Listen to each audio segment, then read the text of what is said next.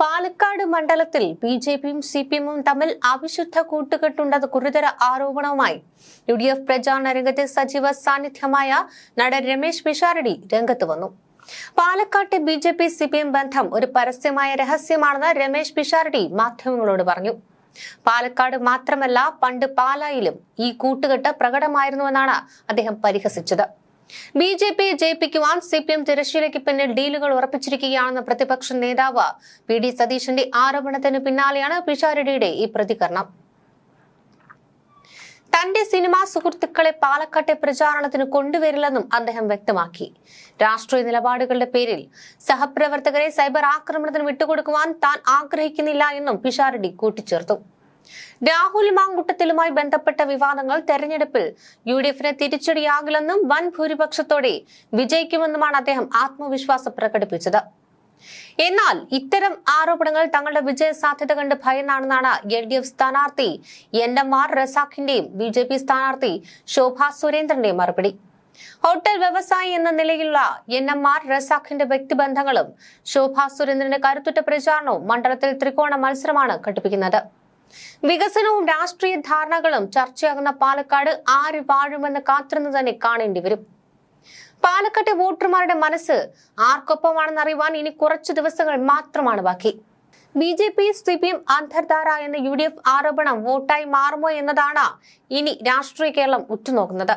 കേരളക്കരെ എങ്ങും തെരഞ്ഞെടുപ്പ് ആവശ്യം ശക്തി പ്രാപിച്ചിരിക്കുകയാണ്.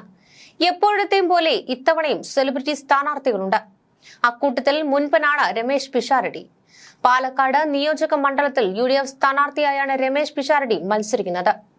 ശോഭാ സുരേന്ദ്രനാണ് പാലക്കാട്ടെ ബിജെപി സ്ഥാനാർത്ഥി. സ്വതന്ത്ര സ്ഥാനാർത്ഥിയായി പ്രമുഖ ഹോട്ടൽ വ്യവസായി എൻ.എം.ആർ. റസാഖിനെയാണ് ഇടതുപക്ഷം രംഗത്തിറക്കിയിരിക്കുന്നത്. ഇത്തവണ പാലക്കാട് പിടിക്കുമെന്ന ഉറച്ച വിശ്വാസത്തിലാണ് എൻ.ഡി.എ ക്യാമ്പ്. എന്നാൽ പാലക്കാട് വിട്ടുകൊടുക്കില്ലെന്ന വാശിയിലാണ് യുഡിഎഫ്. ഒരു കാലത്ത് യുഡിഎഫിനോട് മാത്രം പോരടിച്ചിരുന്ന എൽഡിഎഫിനാണ് മണ്ഡലത്തിൽ ഏറ്റവും വലിയ തിരിച്ചടി ലഭിച്ചത്. 2016, 2021, 2024 തെരഞ്ഞെടുപ്പുകളിൽ 3ാം സ്ഥാനത്തേക്ക് പിന്തള്ളപ്പെട്ട എൽഡിഎഫിന് ഇത്തവണ തിരിച്ചു വന്നേ പറ്റൂ. പാലക്കാട് മണ്ഡലത്തിന്റെ ചരിത്രം പരിശോധിച്ചാൽ ബിജെപിക്ക് വളർച്ച വ്യക്തമായി കാണാം.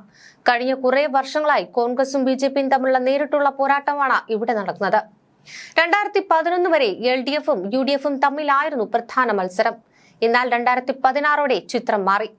പാലക്കാട് മണ്ഡലത്തിൽ ബിജെപി ആദ്യമായി 2ാം സ്ഥാനത്തെത്തി.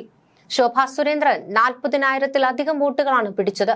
2011 സി ഉദയഭാസ്കർ മത്സരിച്ചപ്പോൾ ബിജെപിക്ക് ലഭിച്ചത് 22,317 വോട്ടുകൾ മാത്രമായിരുന്നു. തുടർന്ന് 2021 മെട്രോമാൻ ഇ ശ്രീധരൻ ബിജെപിക്ക് വേണ്ടി കളത്തിലിറങ്ങിയതോടെ മണ്ഡലം ദേശീയ ശ്രദ്ധയാകർഷിച്ചു. 2011 2016 യുഡിഎഫ് സ്ഥാനാർത്ഥിയായ ഷാഫി പറമ്പിലാണ് പാലക്കാട് മണ്ഡലത്തിൽ വിജയിച്ചത്. 2016 ശോഭാ സുരേന്ദ്രൻ മികച്ച മത്സരം കാഴ്ചവെക്കുകയും ബിജെപിയുടെ വോട്ടുകൾ വലിയ തോതിൽ വർദ്ധിപ്പിക്കുകയും ചെയ്തെങ്കിൽ 2021 ഇ ശ്രീധരന് മുന്നിൽ ഷാഫി പറമ്പിൽ അവസാന നിമിഷമാണ് വിജയം ഉറപ്പിച്ചത്. വെറും 3,859 വോട്ടുകളുടെ മാത്രം ഭൂരിപക്ഷമേ ഷാഫിക്ക് ലഭിച്ചുള്ളൂ. ശ്രീധരന്റെ വരവോടെ മണ്ഡലത്തിൽ ബിജെപി വോട്ടുകളുടെ എണ്ണം 50,000 കടന്നു. 2024 നടന്ന ഉപതെരഞ്ഞെടുപ്പിൽ യുഡിഎഫിന്റെ രാഹുൽ മാങ്കുട്ടത്തിൽ വലിയ ഭൂരിപക്ഷത്തോടെ, അതായത് 18,840 വോട്ടുകൾക്ക് വിജയിച്ചു. ഇടതുപക്ഷ സ്ഥാനാർത്ഥിയായിരുന്ന ഡോക്ടർ പി സരിൻ 3ാം സ്ഥാനത്തേക്ക് പിന്തള്ളപ്പെട്ടു. പാലക്കാട് നഗരസഭയിലെ തുടർച്ചയായ ഭരണമണ്ഡലത്തിൽ ബിജെപിയുടെ സ്വാധീനം വർദ്ധിപ്പിക്കുന്നതിൽ പ്രധാന പങ്ക് വഹിച്ചിട്ടുണ്ട്. 2015 2020 ഭരണം പിടിച്ച ബിജെപി 2025 ഡിസംബറിൽ നടന്ന തദ്ദേശ തെരഞ്ഞെടുപ്പിലും തുടർച്ചയായി 3ാം തവണയും പാലക്കാട് നഗരസഭയിൽ അധികാരം നിലനിർത്തി.